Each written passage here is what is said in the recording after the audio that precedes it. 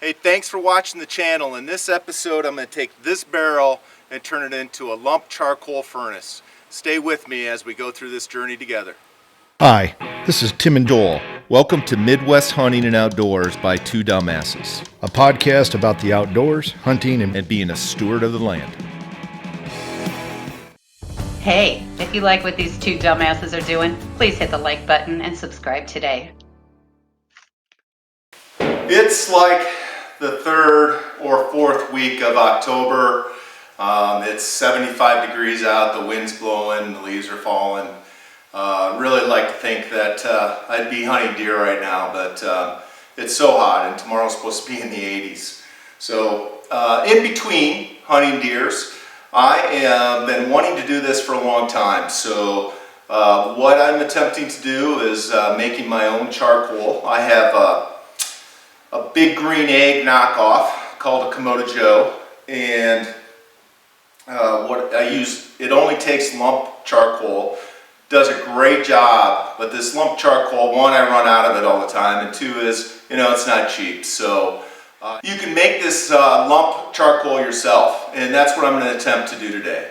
So the process to make lump charcoal is called pyrolysis, and it's basically heating up the wood in an oven in an environment that has little to no oxygen. So what I'm going to use is this 55-gallon barrel. I went out and purchased this off Craigslist the other day. Make sure your barrel is clean, and mine has a snap ring lid at the top, so I can take the lid off completely, stack my wood in there, and put the lid on, keep it relatively airtight, and that's what I'm going to use for my oven. But just make sure that that this barrel is clean. If that means power spraying it using soap, or I've seen people pack it full of wood and just burn it out and clean it out that way. This one is a food grade barrel. It actually had chocolate in it with a plastic liner, so it's really clean inside and ready to go.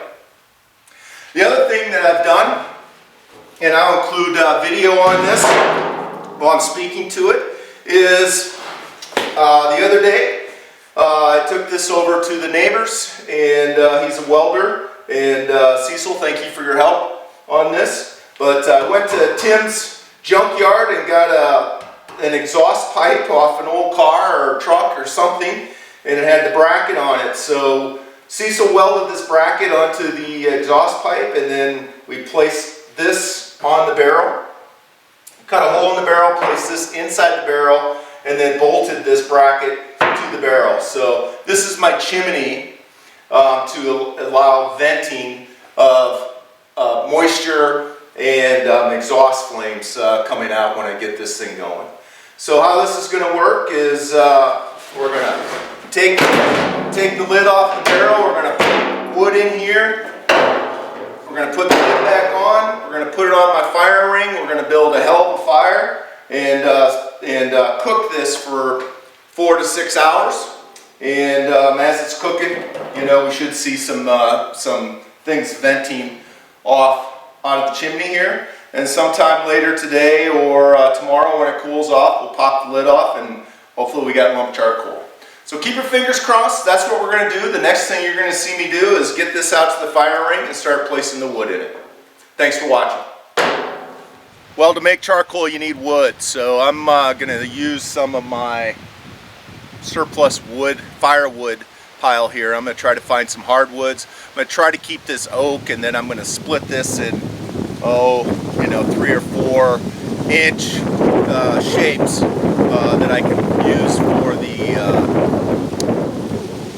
to make charcoal out of. So try to avoid this coon poop on my firewood that I'm using, and split this wood and get it ready. The next scene you're going to see is me loading the burner and ready to start making charcoal.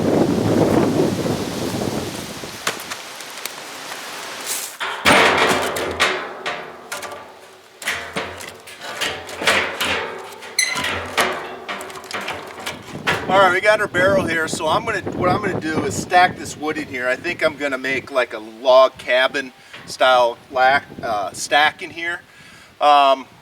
With the intent, I believe it's going to be pretty important to make sure that you get circulation of heat in there and make sure it's even. So anyway, that's what I'm going to try to do. Right, wrong, or indifferent. Let's see how it works.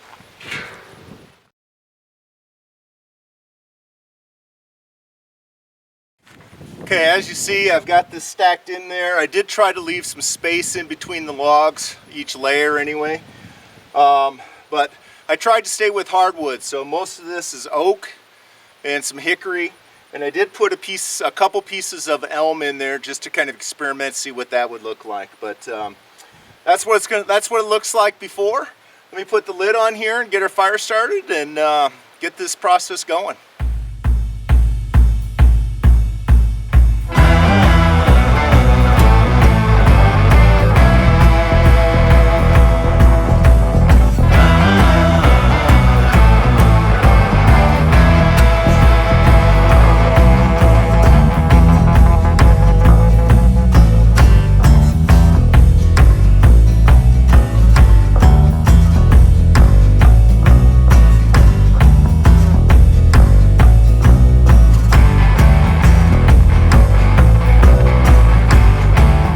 Alright, I opened this up this morning after about 6 hours of good burn, probably 2 hours of real low burn, and you can see it's definitely charring, but I'm not at the paralysis stage yet. So it's too windy to cook it today, but you know, more to come. We're getting there, just not there yet, so stay with us.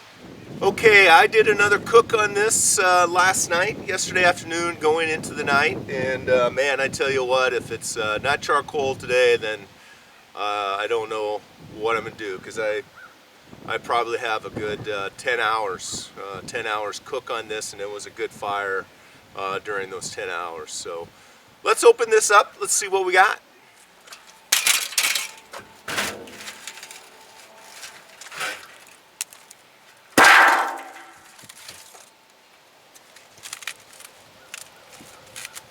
Yeah, okay, so we got some good cook on this, and I think we're good to go.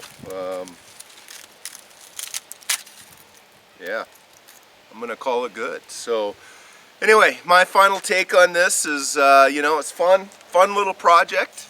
It does take some time.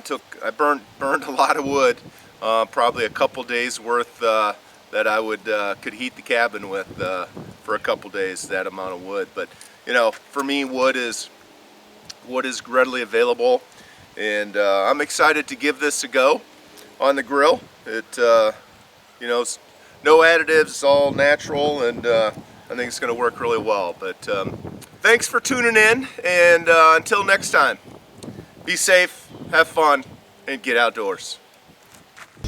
Thanks for listening or watching our show. We have some exciting topics and guests coming up. We ask that you subscribe to our channel on YouTube and follow us on Twitter, Instagram, and Facebook. We look forward to hearing your suggestions for topics, Questions and comments. This is Two Dumbasses signing off until next time. Be safe, have fun, and get outdoors.